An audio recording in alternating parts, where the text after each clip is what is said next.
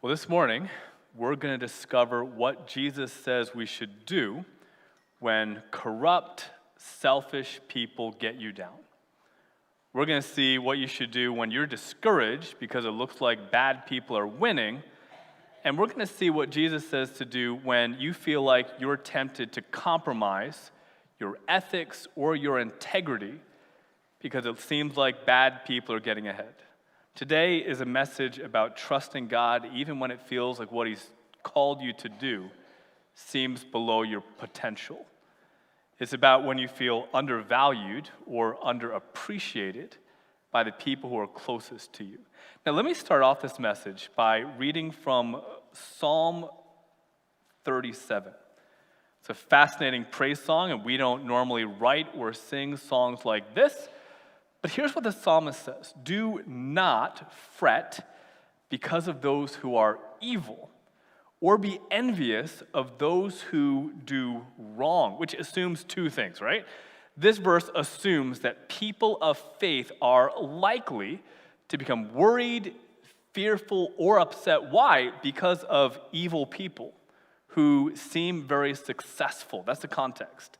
The bad guys are getting ahead. And two, there's this observation that just seeing bad people get ahead pulls you into being envious, which means there is this incentive-driven gravitational pull to compromise godly ethics when you just see that people who are doing wrong are rewarded.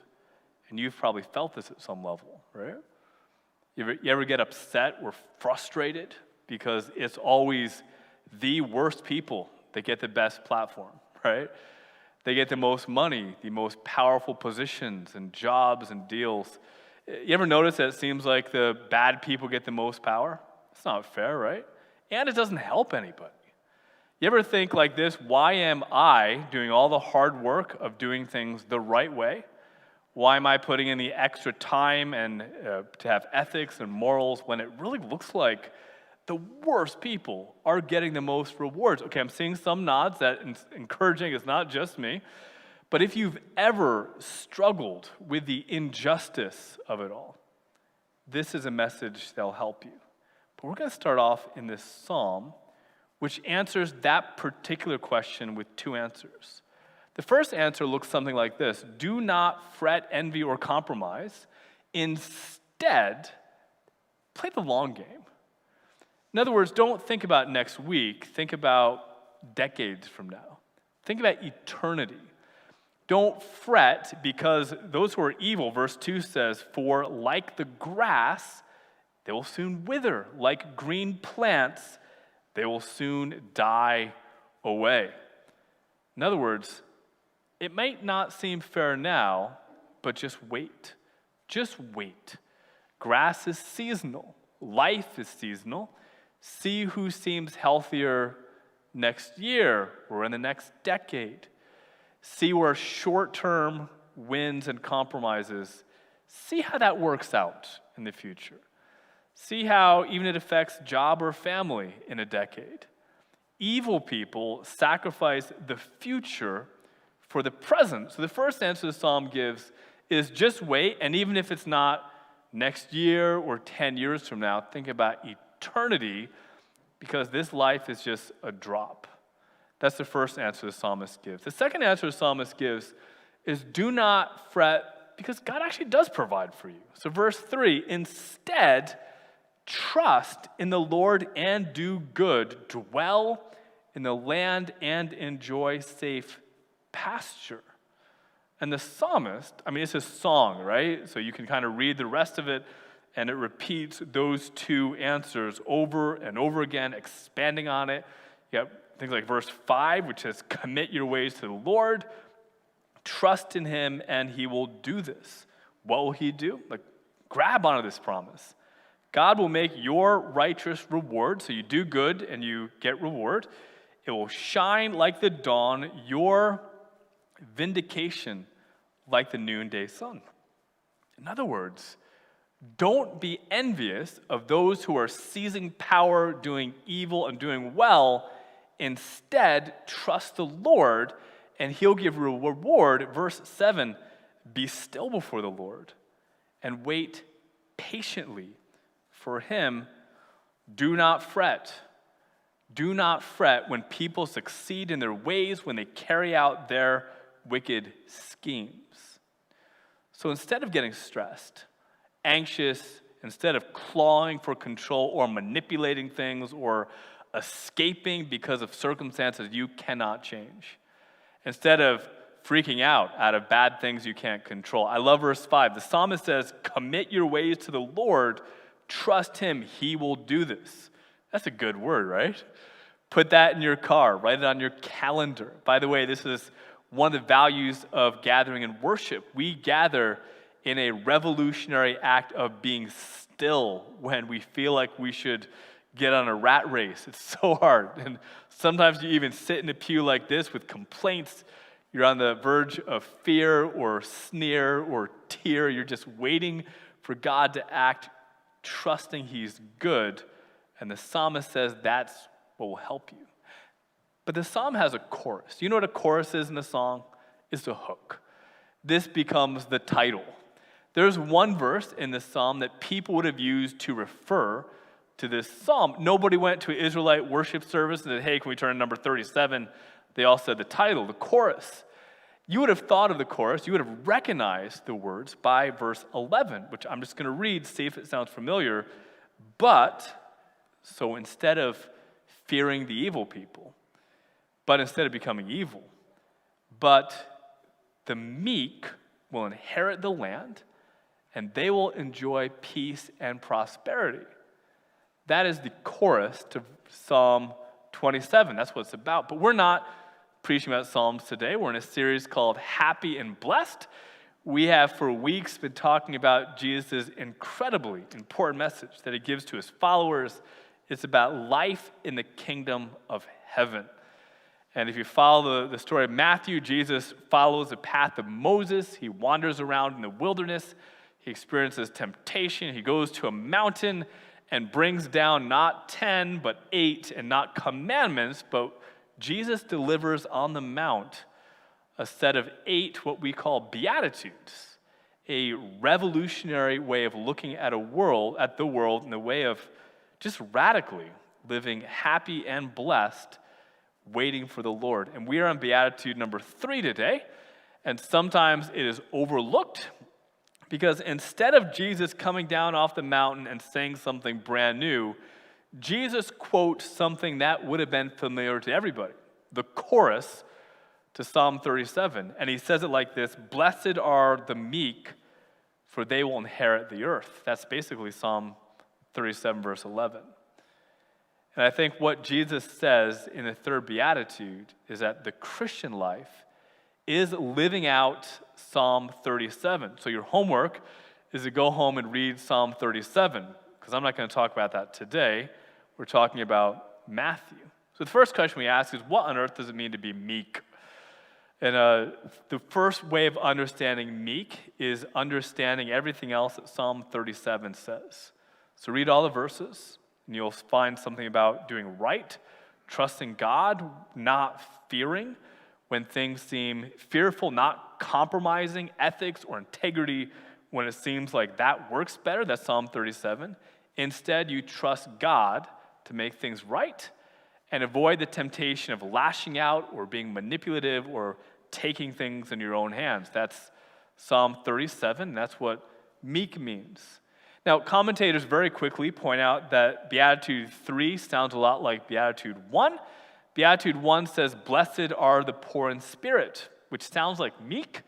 We took that as being humble and meek before God. Commentators say being meek has less to do with being repentant before God. It has everything to do with how you relate to other people. So less about God, more about people, but they're connected. You find the word meek a bunch of other times. Jesus calls himself meek in Matthew 11:29. Take my yoke upon you and learn from me, for I am, the Greek word is paios, which is translated meek. Sometimes you see humble or gentle, but it's the same word translated meek here. NIV says, I am gentle and humble in heart. Again, it's the same Greek word used for meek. And Jesus certainly isn't saying he's insignificant, or that people shouldn't notice him, or that he's not ever inassertive, which tells us that meek means something differently than most of us think of the word. We find again at the triumphal entry in Matthew, tell the daughter of Zion, your king is coming to you, humble, it's the same word translated meek, and mounted on a donkey. Now, meek, whatever else meek means, it doesn't mean insignificant. He's a king, right? He's a king coming both in power and in meekness. In the Bible, it seems like meek has this idea of someone actually who has a lot of power and authority, but chooses not to use it all the time. It's the idea of being a servant leader instead of an authoritarian. D.A. Carson, you have this in your handout. I think he says basically meekness isn't weakness. It's not being wishy-washy. It's not being indecisive or timid. It's not being unsure or being a pushover. Meek, he says, is not the same as being nice all the time or easygoing. Meekness, he says, is much deeper. And at the core, there is a controlled desire to see the other people around you have their interests advanced maybe more than yourself. It's a word used in this argument with Abraham and Lot. If you remember the story from the Old Testament, there's a debate about who gets basically the best place to live. And Abraham says, I'm going to choose to let you pick. I'll take the second pick. Or in Numbers 12, Moses is said to be the meekest man to ever live. Moses, certainly not weak, certainly not indecisive, but he over and over again refused to revenge himself. He refused to manipulate things when he was getting attacked. He kept going to the Lord.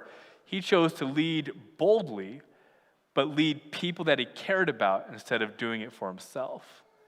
Being meek means faithfully and gently trusting the Lord in the same circumstances that you're tempted to use whatever you have to fight or escape in unhealthy ways.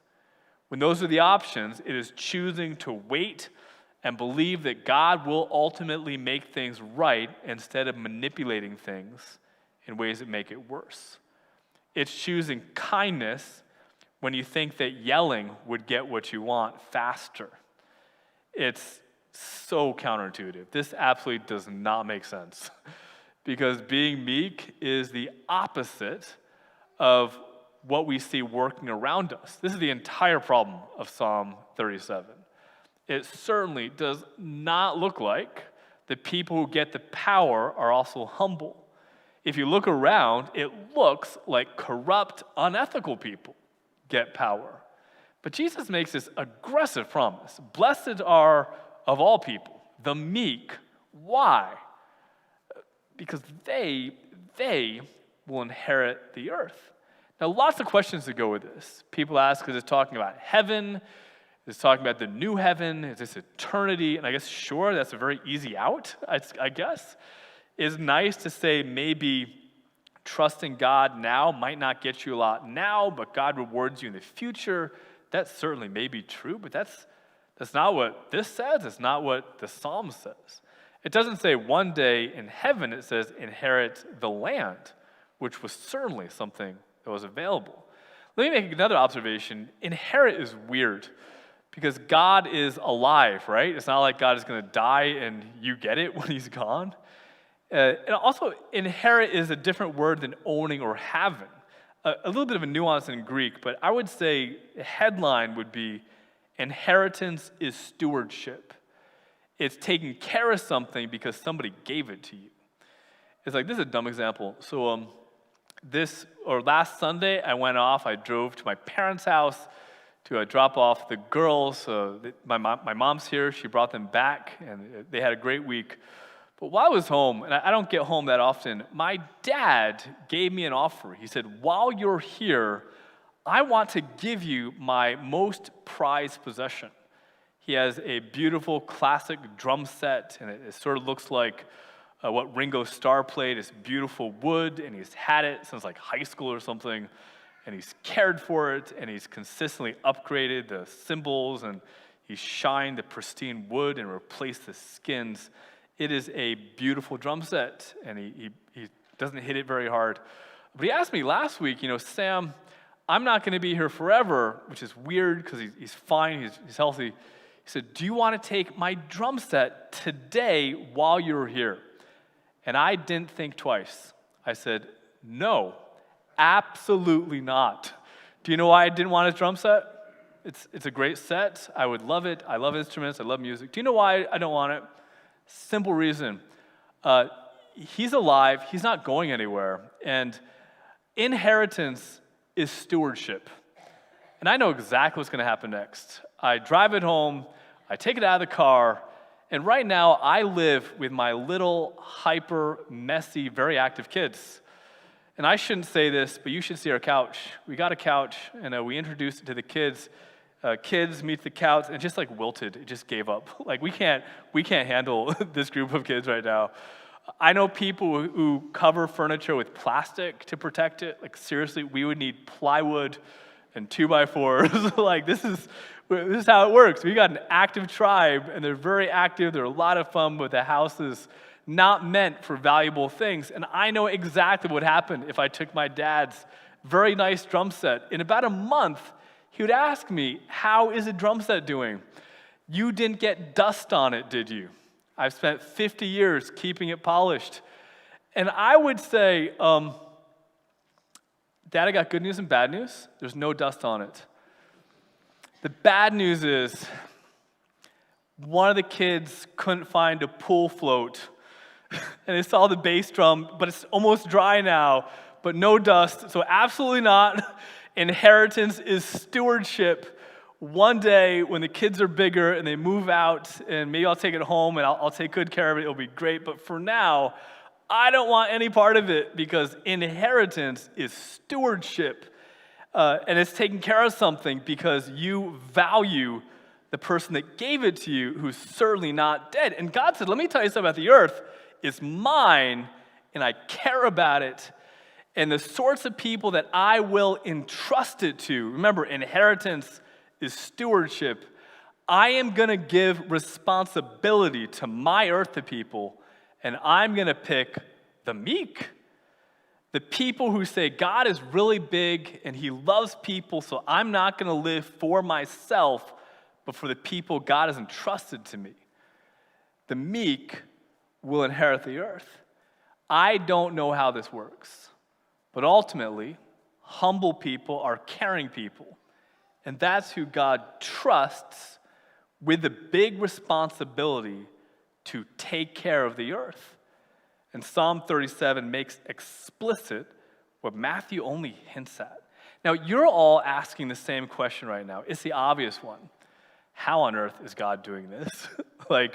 Is this really how the world works? God seriously somehow blesses humble, gentle people with more influence, and they have more stewardship. Is that really what's happening in the headlines right now? You're going to ask me that, and I'm going to say, it's a good question. How is God doing this? Is a question. It may be what you're asking, but it's a question that God seems very uninterested in asking here. There's a bigger question God is asking. It's not what God's doing, it's what you're doing. The question is, how are you doing this? How do you act gently and meekly like Jesus? How do all of us become the sort of man and woman that God gives more earthly influence to? And the first answer is not what you'd expect. And it's the obvious one. You might expect that God gives you influence the exact same way that you see everybody else getting influence. The way that compromising, prideful, arrogant people get power. In fact, when you see bad people getting ahead, the Psalm says, one, don't worry, it's temporary. Focus on what's given you, which is really hard, right? We see how misbehavior is rewarded, and we get upset with the injustice of it all. That's true, But we also think that's how it works. We think that if you want power, if you want to get ahead, you have to act like that. It happens at schools and communities, in line at Dunkin' Donuts, in traffic, right? We all do this. We see the worst people get ahead, and we think, well, I should start driving like that too. I'd get there faster. So the first answer is not like that. Don't replicate how evil people get ahead. God cares about it. This is one of the most consistent themes in the Bible. The second answer is how Christians steward influence. And it is not the ways you would expect. It doesn't look like that. So last week I gave 6 messages at Ocean Grove, and I recycled some of the messages I gave you from Ephesians, and that was fun. Next week I'm actually away. I'm speaking at a Lake Chapel next week, and I'm happy to tell you guys that Pastor Dave Lyman is coming back. You're in for a treat. But last week I just talked about Ephesians all week, and I was struck. Like when you do it fast, you get struck by the big picture of it. And I was struck by the progression of Ephesians 5 before 4. And the progression looks like this. You discover how big God is. Ephesians 4, Jesus has all the authority in heaven and on earth now and forever. He's won victory. And then Ephesians 4 talks about what Jesus does with all of his power. And it's weird. Because instead of Jesus keeping it, he gives it away. He gives to his people gifts, the earth now an inheritance to rule on his behalf, which is a weird pivot. Jesus wins, and you are his body. Massive theme. And then after that, like chapter 5 comes after chapter 4.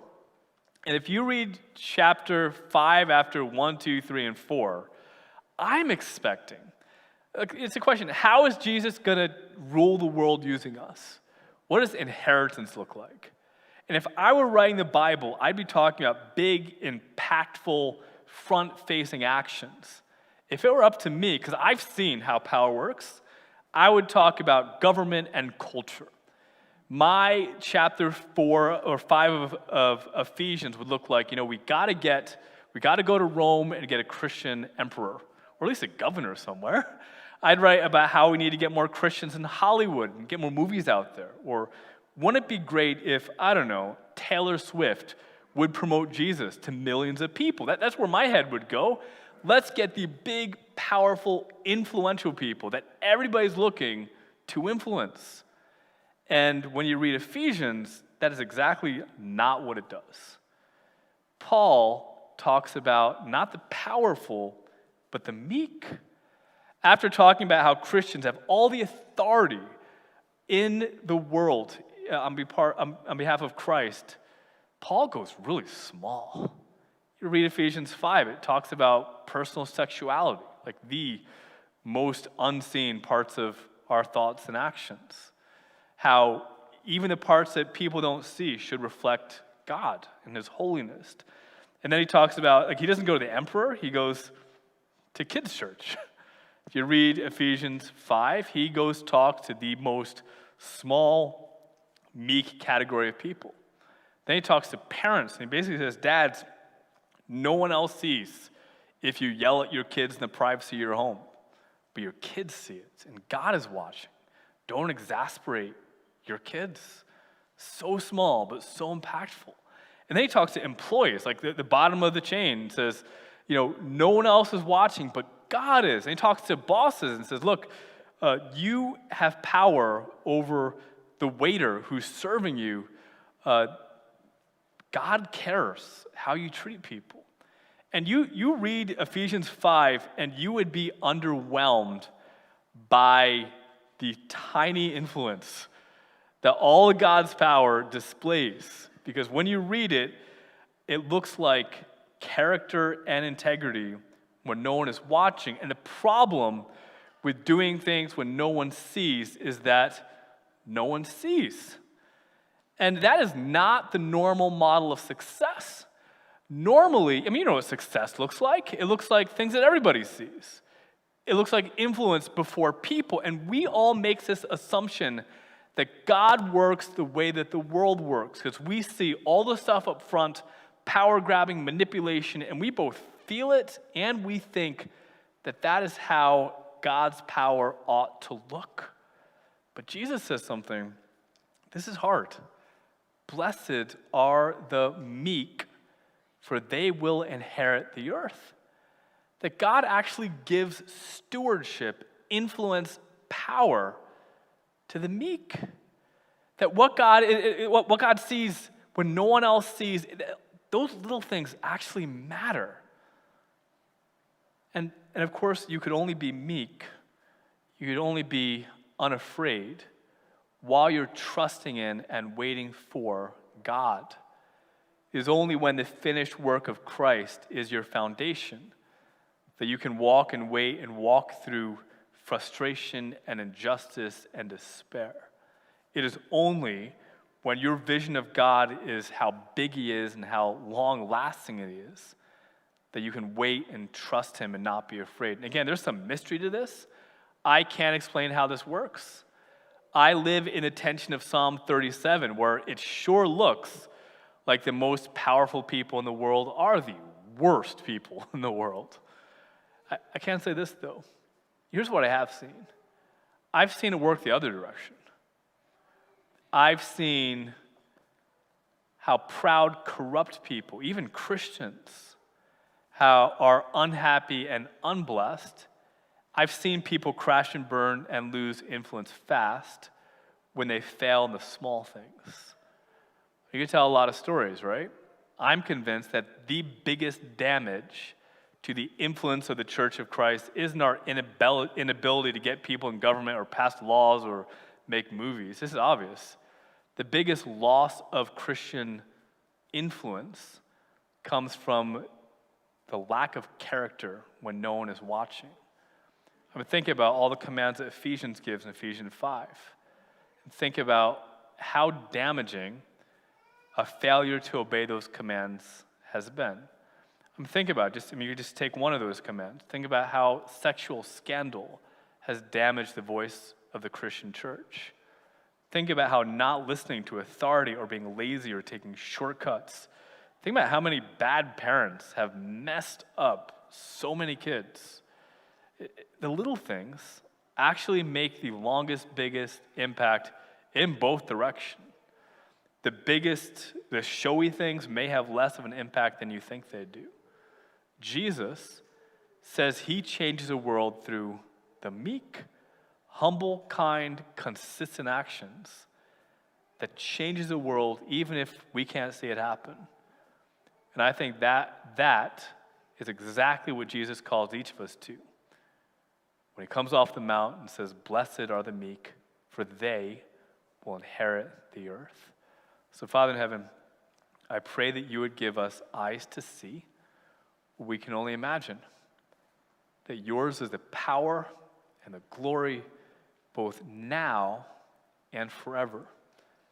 And Father, as You rule the world through us, may we be the humble, meek, obedient, trusting, hopeful people of integrity that You entrust Your world to. May You see our faithfulness in the little things and the big things. And can You reward us with the sort of impact that changes the world to look more like Your holiness and righteousness. I ask all this in Your name and in confidence that You are always with us, You're always faithful, You always love us. I ask this in the name of Jesus. Amen.